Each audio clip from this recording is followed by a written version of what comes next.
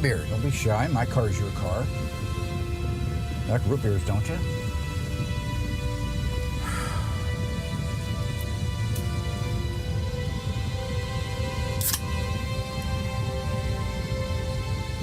A toast. Death to the of 2019. Arnie, I can't toast to that. What can you toast to? How about us? Friendship. Oh, yeah, friendship. That's great. Yeah, friendship.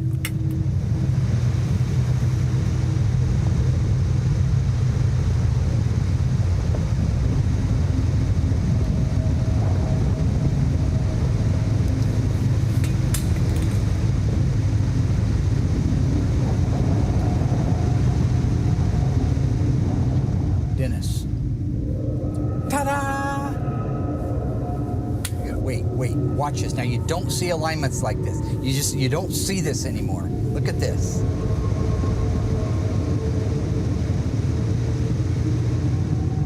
Worried about you, Arnie. Don't be jealous, Dennis. Nothing will happen to you as long as you don't get between me and Christine. And if you do, well, let's not kid ourselves, Dennis. You know what happens. The ghouls get out of the shop when Mark springs for an end-of-season celebration. Meanwhile, Mark and Dougie take an off-road trip down memory lane. And while Mark and his cousin relive their favorite moments from the past decades, the ghouls relive their favorite moments from the last year. And the team gathers to plan the build of the first ever Hellephant Fury. The unburied dead, the unburied dead are coming back to life. Self-proclaimed Mopar master Mark Warman and his protege painter Will Scott get paid to bring Mopar muscle cars back from the dead. They work with Mark's daughter Alyssa and his cousin Dougie. They're willing to travel anywhere to retrieve a customer's car, detailing how it lived its life and how it died.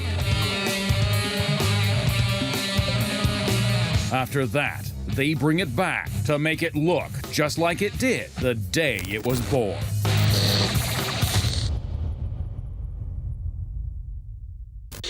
We are at a park in Eugene shooting the season finale of Graveyard Carz season 11. All I know is there's going to be food, which is great. So we're just going to have a little get together and just talk about the past season. So one of my favorite moments this season, and my first year here, was probably building out the A100. It was my first major build to be a part of here, and it's such an iconic truck. Being there from start to finish, basically, a lot of the body work was already done. But when it comes over to me, it's already painted and we can just start getting the thing put together. There was a few roadblocks with having some things prepped out and pre-fit that didn't quite work. So there was just some obstacles in the way, but it's got to be one of my favorite parts so far with this. Being able to put the Ray Barton 426 Hemi in there, being able to wire that up is just great. And then, the first.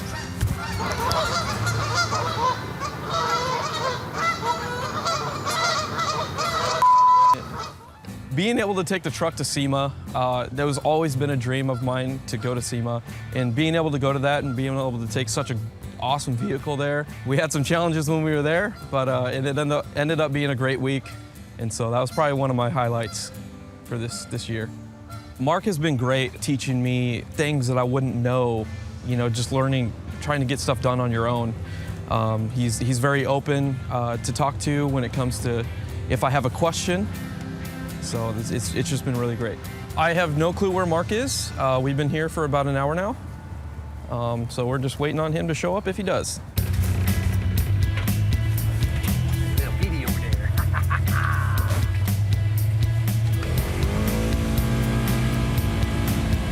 Yeah! Woohoo!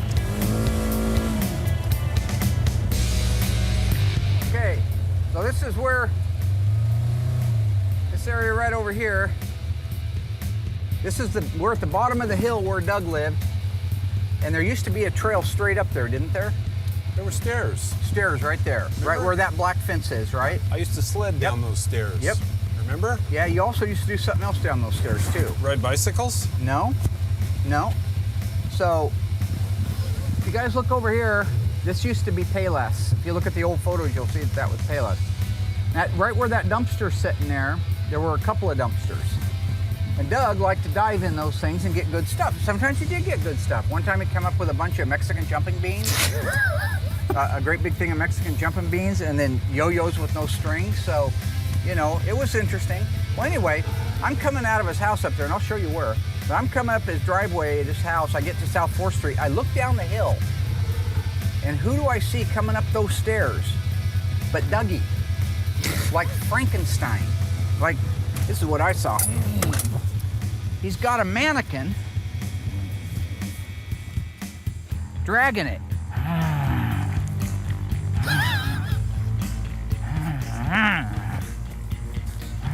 He goes up the staircase all the way up to South 4th Street, and that's when I look down, and the sun's setting behind him. It's kind of a cool shot, right? Frankenstein, the mummy, all that stuff. That's one of the mannequins that he used to store up in the attic, which I never understood why he had them up there. He had his reasons, I'm sure. Anyway, I'll show you the top of that area. You want to go see the top of that area? The Mannequin Man. I always thought you were from another planet. All right. Okay. Ready, Freddie? Up the hill? Going up the hill. Where I used to live?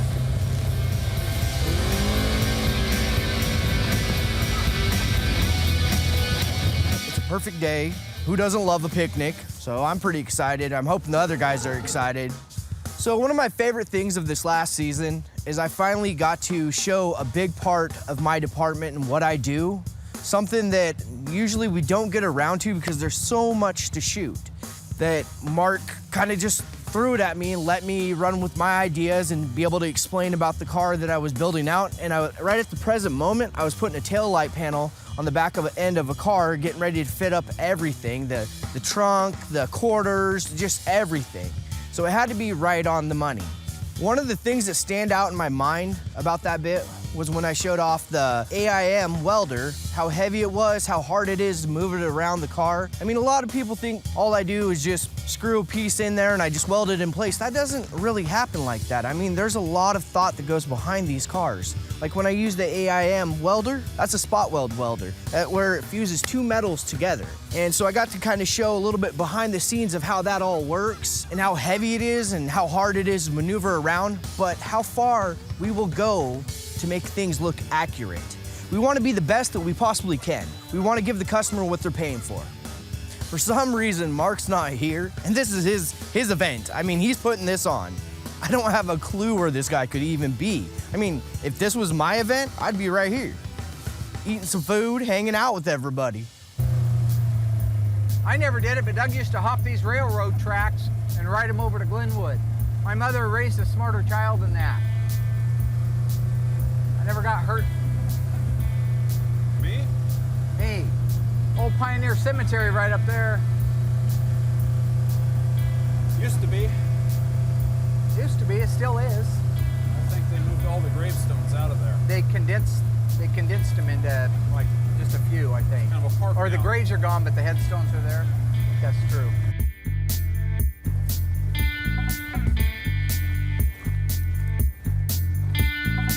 See, I think these are the original headstones, but that were out there in the cemetery.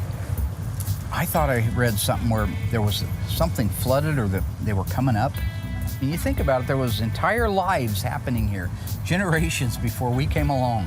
Born in Wayne County, Kentucky. Our parents are from there, right? My mom was from Kentucky originally, yeah. Then they moved to Colorado and then they moved here. And my dad was from Nebraska. Broken Bow, Nebraska. He got to see his old homestead before he died. We went on a vacation in 1972 before he got diagnosed with cancer. He was still doing pretty good. and we gotta travel through there, so it was kind of cool. What do you say, buzz the tower one time while the cops aren't here? Yeah. All right. Here they come. These kids won't mind. Let's do it fast. Let's go. Set a bad example, right? Set a really bad example. There used to go through there. It doesn't go through there anymore, does it? Okay. That's a heck of a track. Yeah.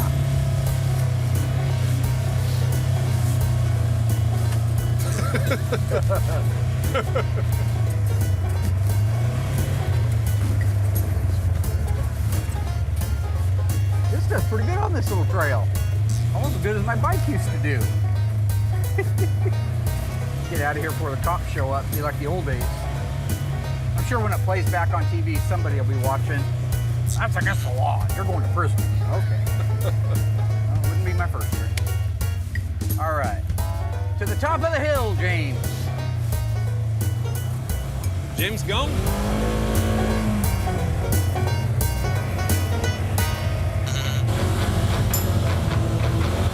It's like the old days, man.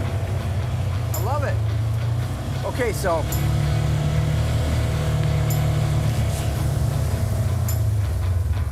I gotta tell you this. So Doug lived just up the hill here. I'll show you in a little bit. Maybe a eighth of a mile. I don't know. 1,000 feet. Yeah. And I had just finished saving up. I had a paper out. My dad didn't give me everything because he was dead. And I bought myself a big banana skateboard at Kmart. And you weren't there, but Vince was. First day out, I go out of his driveway and I hop on South 4th. This road is South 4th. And it may not look steep in these pictures, but you can bet it's Get on steep. a skateboard. Get on. It's gonna feel really steep fast. I had no idea. 1,000 miles an hour, I right? was a flatland kid, so I do the, was it Bart Simpson? I hop on that thing. And in no time, I was going so fast, it started a speed wobble. And I think I probably rode it out around that cross street right there, Park Street is my guess. That's where Ed went down. That's about as far as I could make it. By that time I was going so fast I knew it was gonna be bad. Yeah. So I take my, you're booking, right? So I take one leap, and that was the last leap I touched, was that foot. After that it was cartwheels all the way down here. I don't know, I mean, I can't remember for sure, but I would guess 20 or 30 feet. And I landed right here, right about here. In fact, that patch right there in the blacktop is the shape of my nose. You see that? Look at that. Because this is where I was at. I was down like this, dead, like that. Yeah. And then I came to, and when I stood up, my eyes were crossed. Yeah. I couldn't see anything. So I shook it off, and I got a big bruise here on my arm. Can you see it at all? Yeah. A brown spot right there? Yeah. I got one on my shoulder too, from just tore the bark off. I've got slides. Mom got slides of me when I was a kid with all that. And I All your still was injuries, riding huh? this skateboard too. My face is beat like just to a pulp, like hamburger. So we go back up to the house, walk up there, and Sue, we had been torturing your mother-in-law all day. Doug's wife. Yeah. We'd been torturing her. So she thought we were just playing when we started banging on the bathroom door. She had locked herself in there to get away from us because we were tormenting her. And it took her like 5 minutes to open the door, and then she just turned white when she saw me. Called your dad. Your dad came home from Weyerhaeuser. That's all the easy stuff. Now he's got to explain it to my mom. Good luck with that. Good luck with that. Yep, not my baby. You let what happen? Oh, no. Little Marky crashed Little under your watch? Little Marky crashed on your watch. Oh, boy. Bet my dad was in trouble. He was. He always was.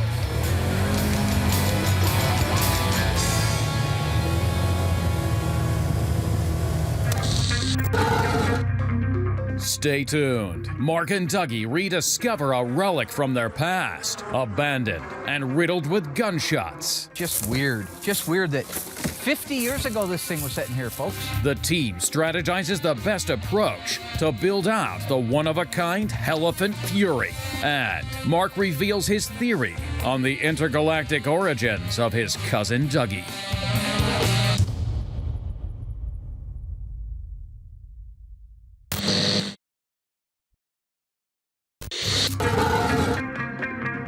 '66 brought us Batman, Star Trek, and the first-generation Dodge Charger. Despite sharing the chassis and front-end sheet metal with the mid-sized Coronet, the Dodge Charger's interior was all new.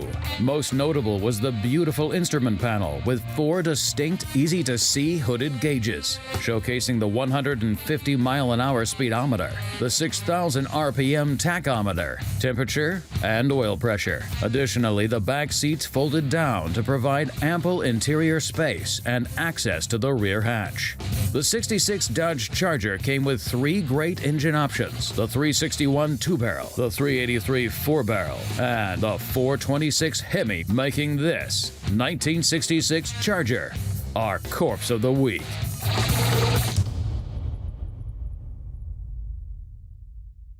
So right here, My old driveway. that's Doug's old driveway. It's a private drive, so we can't go down there now. But he lived down there. So when I'm talking about that mini bike experience or any mini bike experience, this is where I walked up. So I walked up that driveway with my skateboard in hand, toting it right here. And I catching that wind. Let it go. Yeah, it'd be gone already. Boom! Yeah, this is the best. Yeah. Oh, Look at Marky go. game over. Crash and burn all the way down. Gone in 2 seconds. That's the same driveway I stuck a rock in Vince's throttle on his ding-how mini bike, shot him up the driveway, crossed the road, Look at this. went right through here, head first into the wall. Good memories. So we're winding down filming for season 11. Mark wanted to get the crew, the behind the scenes guys, get everybody down here at the park, bring Christine down, have it catered, and just kind of say thanks to everybody for the hard work they've done over the past 2 seasons. We got Hole in the Wall coming out here to cater us. I've never had their lunch before. The breakfast has always been really good in the past, so I'm looking forward to it. Season 11 was great. Doing the A100 was, I think, was a lot of fun because it was one of the first times we filmed where it was almost real time. So being able to go back and watch that, and I mean, watch the frustration of it not running, working down there by myself when Mark didn't help, I enjoyed that the most. Reflecting back when the A100 wouldn't start, you know, that frustration was real then, and it was still real to watch it when it aired. You know, Justin and I were there trying to get the figured out, wouldn't work, and you just gotta just put yourself in that moment when it was on TV and just like, God, that whole situation just sucked completely. It was rewarding when we got it back to the shop and we were able to fine tune it. We just had a bunch of issues. We didn't have a lot of time to actually get it dialed in the way we wanted to. So it was somewhat rewarding looking at it on display, but the fact that we still had so many problems left, it was good when we got it back to the shop, got it all fixed and everything addressed. So Mark's got us down here. We're ready to get this little event going, and there's no Mark or Doug, so I have no idea what's going on exactly. There's the old park we used to play at. There it is, the big S. Back up through there. Yeah. Never understood it. Never understood the totem pole. Always thought that always freaked me out. I never understood that. Let's go see the big S. Okay, let's do it. All right. The big S. The big S. Springfield marker. Yes.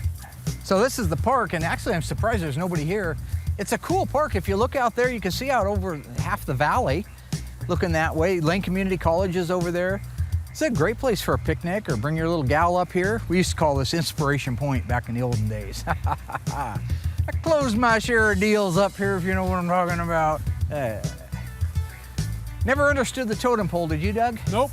Okay. You understand the unusual pile of lumber and timber right there, like from the Blair Witch Project? A lot of strange people in Springfield. Wow. You see that, camera pops? Wow. It's like a little fort. Wow. That they built a picnic table. It's a fort, right? It's a shelter, yeah. It's a It is. That's a little homeless shelter. I'll be darned. Yep. People get real creative up on South 4th. Well, it's interesting. This path always freaked me out because it's like the path to the Pet Cemetery in the original one. Remember the original Pet Cemetery? Yeah, I took my son to that. Had that weird rocky path to it. You did? I took John to that. Why? Pet Cemetery. See, that's creepy, man. That's creepy. Creeping me out. That's freaky Jason. Hear When was the those last time snakes? you were up here? It's been a long time. 30 years Mark. ago? It's been a long time. There it is. There's the big S. There it is. I haven't seen this in so long. It used to be blue. It's been painted so many times. It's white up there. The picture of a pee-pee. Those are always funny. That's just so cool because it's so long ago. It's even been years since I was up here. Just as nature is best. I bet some weird stuff's going on up here. Just a guess. Yep. Not with me, just for the record, not with me. Look at the camera. Uh-oh. That's scary. That's kind of creeping me out, basically. Yeah, weird, huh? Like a little guy in there drawing pictures really quick. Once again, like I say, this is the path right here. This is the path. This is the path that takes On you your left is Poison to the Oak. pet cemetery. Poison Oak. Right here, man. Poison Oak. Check that out. Oh, that's bad stuff right there. That's Poison Oak right there, yeah. That looks like Poison Oak.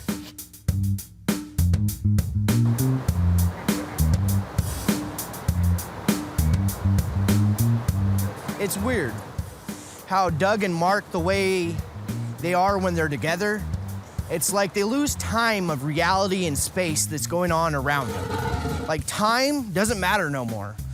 If you're with them, all of a sudden they'll go into the story about 30 years ago when they were kids and where it was over here, and it has nothing to do with what you're working on.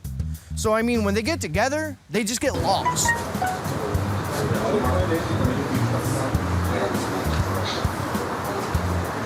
I mean, there's no easy way or nice way to say it. They're kind of like dumbfounded. So this is the area right here. Took us a while to find it. We knew kind of where it was at. A couple years ago, we were up here looking around, and this was all blocked off, and it was winter, and there was lakes around here. But since then, we've discovered it, and that's the trail that takes us back to the track. And again, the track is the area, we call it the track. It was just a big open field that you'd come out of this trail area, and it was like an oasis. All of a sudden it would open up and you could get in there and just honk on that throttle, man, all day long. And we'd spend all day up there going around and around in circles. And the funny thing is, well, when we get down there, I'll show you, but there's a 58 or a 59 or a 60 maybe Pontiac, upside down with shotgun holes in it, that has been there since we were kids. And when I was talking to Doug a few years ago, I said, you remember the old car that used to sit there? I don't remember exactly where it was, but somewhere on our way to the track. And he said, no, there weren't no car there. I said, yeah, there was a car there. I remember there was a car there. Nah, weren't no car there, fool. There was a car there. I didn't hallucinate it. So when we went in the back way here last year and discovered this property I'm wanting to buy, sitting over here in the woods, under the brush, in the grass, is that 59 Pontiac. But you know, that's what got to me thinking, hey, I don't know you're the same guy that rode motorcycles with me. That could have been Dougie 102 or TS19, I don't know. You want to go see the track? Let's go see the track. Yeah. This is good stuff. Let's go see the track. The 1966 Charger, like the one from our Corpse of the Week, featured luxuriously comfortable front bucket seats, and the attractive, richly trimmed console is full length. Which feature was not available as an option on the 1966 Dodge Charger? Was it air conditioning, remote controlled outside mirror, sure grip differential? Find out after the break.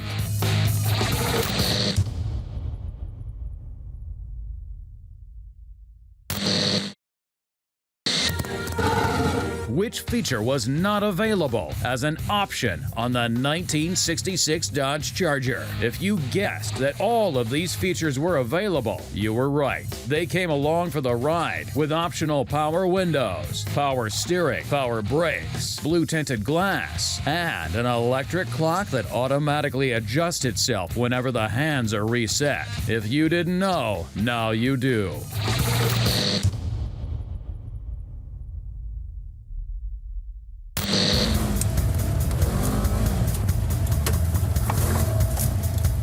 Crazy.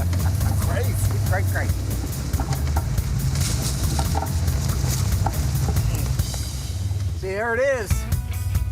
Ha ha! That is so crazy. There it is. So you remember that from when we were kids? Well, I don't know how you don't. We drove by it every single day, 50 times a day. Maybe I was focusing on where I was going. Oh yeah, you wrecked a lot more than I did. You wrecked a lot more than I did. Look at that old thing. Geez, that looks better than half the cars that come into the shop. No, it does. Look at the bottoms of the rockers. I'm doing a 70 Super B right now that has no rockers. That's nuts. Look at that crazy thing. Boy, somebody sure hated that car, didn't they? Well, here's a hood. I think this is a hood, isn't it? Yeah. Oh my gosh, it is. This thing was just like this. It's exactly like this. See the Sawzall through the frame rail? Oh my gosh. Somebody might have tried to take that front clip for some reason. They didn't know how to pull the engine out. That's just nuts. And why are all 4 doors open? And where's the roof? You said Bundy was here, didn't you? Holy cow, look at that thing. The trailing arm's jacked up because they've rotted loose from the back end probably. Just weird. Just weird that 50 years ago this thing was sitting here, folks. I mean, we assume, I shouldn't round it up like that. It was probably 45 years ago that we were here. Just stole the rear end out of old. it. Yeah, yeah. Look at the assembly line markings on the frame. What in the world? Those are the original markings. What does it say? Dougie, wait here. George was here. It says Dougie, wait here. You know, I always had a curious question about this area, and as I'm up here as an adult, it's making more sense to me. You loved this area even more than I did. And you'd come up here and you'd disappear for hours. And those power lines, they don't go anywhere. I followed them the other day. They stop into the ground down there. And that in too. Just wondering, this would be, if you were gonna transport somebody back and forth, this is a nice open area to do it in. What's wrong with a TM400? Boy. Well, that's Transported probably me some around. code for, yeah, that's something the Jetsons used to drive probably. Jetsons. Those seats are still in it. That is so crazy. And Doug didn't remember this was here. You guys, look at that. Those are vinyl seats, Mark. And they're still in good shape. Hey, there's some graffiti. This is the same graffiti that's down there on that pole at the bottom of the hill. Vinyl seats. Isn't that wild? It's not white leather. That's crazy. Oh, look at this. Yep. That's Irish- that same stuff. Irish Eyes was here. Irish Eyes. Live free. 319. The rear bumper's nice. So all you little boys and girls out there in TV land, you got a 59 Pontiac, maybe a 58, and you need a rear bumper, I can hook you up. That's better than half the chrome we get these days.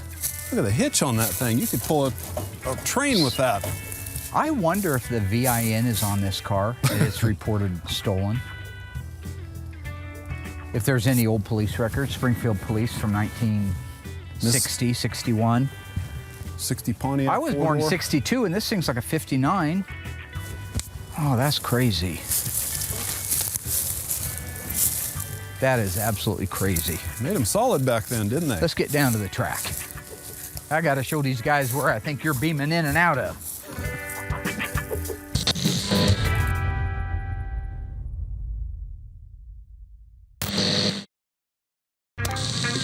Still to come, Mark reveals a secret to cousin Dougie about his future intentions for their old stomping grounds. The team hatches a plan of attack to complete the Hellephant Fury build in time for SEMA 2019.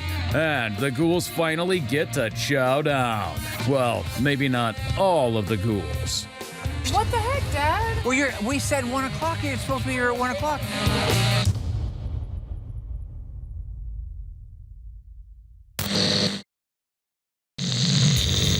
See, right up here. Well, this is the opening here, isn't it? This is it. That's it. This is it. You guys are standing right at the opening. The old track. See these little fence poles right here? I'm right on them. This is the area that was the wide open track. It's not so wide open now. Look at that, how grown over that is. Yeah. Holy cow. We'd go all the way down here.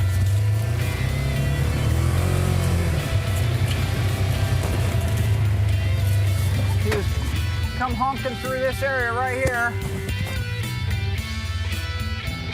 I didn't have enough gas to ride around all day like Doug did. His dad gave him all the fuel. So I had to sit up there at the top of the track watching him have fun. And he'd come through this corner like this here, and he looks up at me like, ha, you don't get a ride and I do, you know, kind of thing. And then he Shifted into third He gear. shifted into third gear. He overloaded it. He was not moving. He was going like this in third gear. It should have killed the engine. And instead, it went all the way up on its end, shot the bike out from underneath him that way. Doug went that way right on his head. A lot of time up here. I bet that's a quarter mile around. Down there, up there, down there. See, you follow those poles all the way till they disappear on the other side. See those tracks in the grass? I went down there. And all of a sudden, the wires aren't hooked to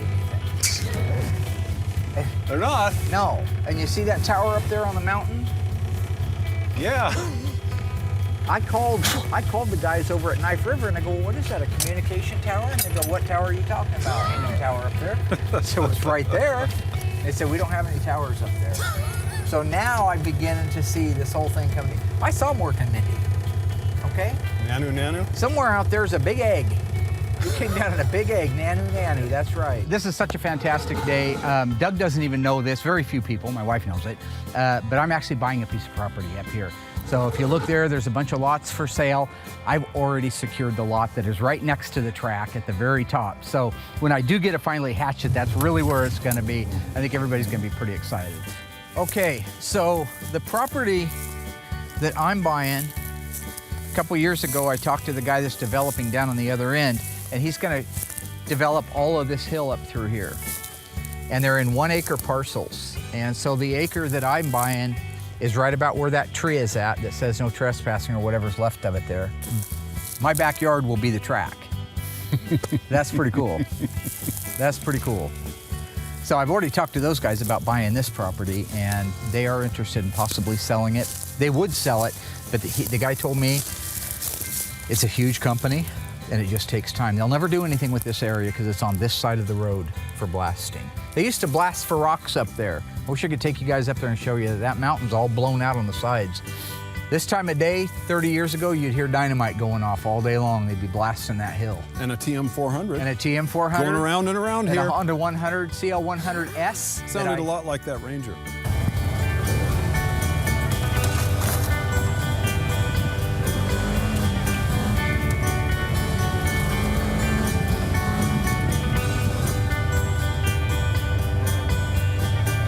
What do you think, Rooster? We did it. All right. Did it. All right.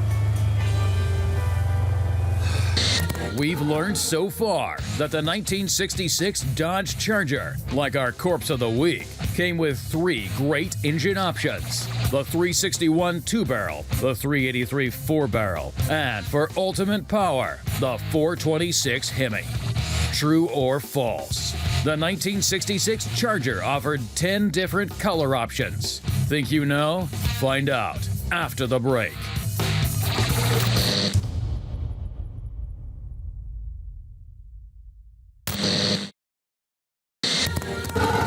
We've established that the 1966 Charger, like our Corpse of the Week, came with 3 great engine options. And now we've made the claim that the 1966 Charger offered 10 color options. Were we telling the truth? Well, you caught us. In fact, Dodge offered 17 gorgeous and long-lasting acrylic enamel color options for the 1966 Charger.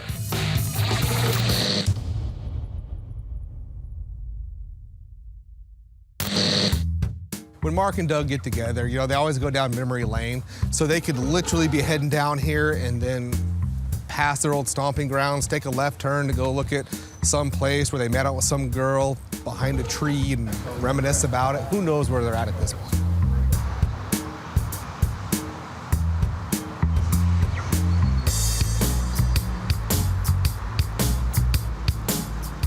It's about time. So there's 2 reasons why we're late. Number 1, Christine needed to have her battery charged. So we put a battery charger on it for 90 minutes, a nice slow charge.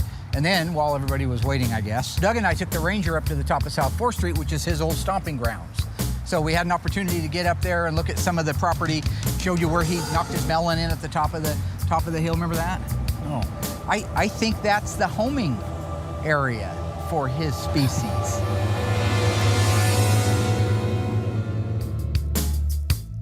Looks like some eats. Doug, what took that's so long? Good. What took so long? Car gave me a little trouble. Car didn't give me any trouble at all. It did. You want to be careful what you say about her. She's real sensitive. Car's a POS. Well, that's one death warrant signed. What? You knocked my teeth out? You say something about Christine? Did it break down, Doug? Be careful, buddy. It won't run for me. Why aren't you guys eating? We're waiting on you. So this looks like it's ready. Are we talking ready? We're ready. We're ready. We're starving. Oh my God, that looks amazing. Well, don't be shy. You could have ate without me. I'm really excited to try Hole in the Wall. I've never had it, but I've heard really great reviews about it. So it's kind of a win-win. I mean, I ain't got to pay my money. Somebody else is paying their money. So if I don't like them, whatever. But I've heard they are very good. That's the most ridiculous plate I've ever seen in my life. Why? Well, what? There's about 10 million calories right there, and why are you eating your dessert first? Because it's the best. I'll tell you what he's doing right here is that's what he did all the time growing up, too. Spoiled rotten. They always had, every night was like this up at their house. Good food first. They had it all. They had Captain Welch's Crunch. grape juice, Captain Crunch. They Yeah. had brisket. They came in every night and made fresh brisket. Once a month we have Bob's 19-cent hamburgers. I sure hope I get to go home soon, Yeah. wherever it is. Well, you can make light of it, but something's going on up there. Yeah? Yeah. Okay. Sorry.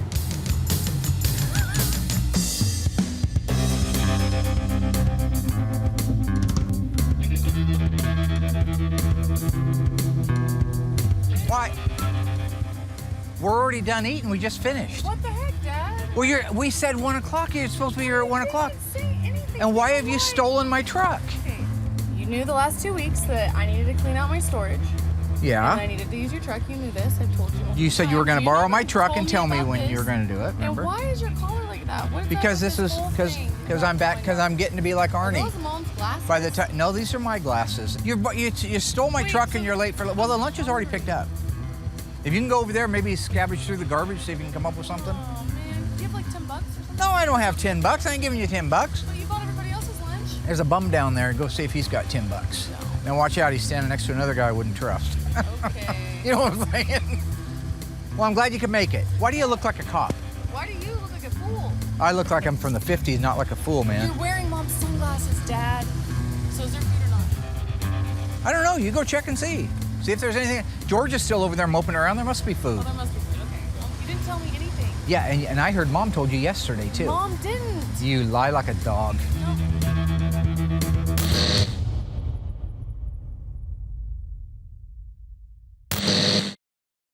At the beginning of Mission Impossible, you were given a task and asked if you were up to the task. Are you guys up to the task? Yeah. Should you decide to accept it, which you don't have a choice, you're fired. So, you know, we have a lot of fun at Graveyard Carz. Everybody knows I like to have fun with people and tease them. But this is the time of year where things start getting more serious. End of October, this thing's got to be down in Las Vegas at SEMA, right? Mopar bequeathed the very, very first Hellephant engine to us. So this is serial number 0001. There's no better car in the world to go into than Christine.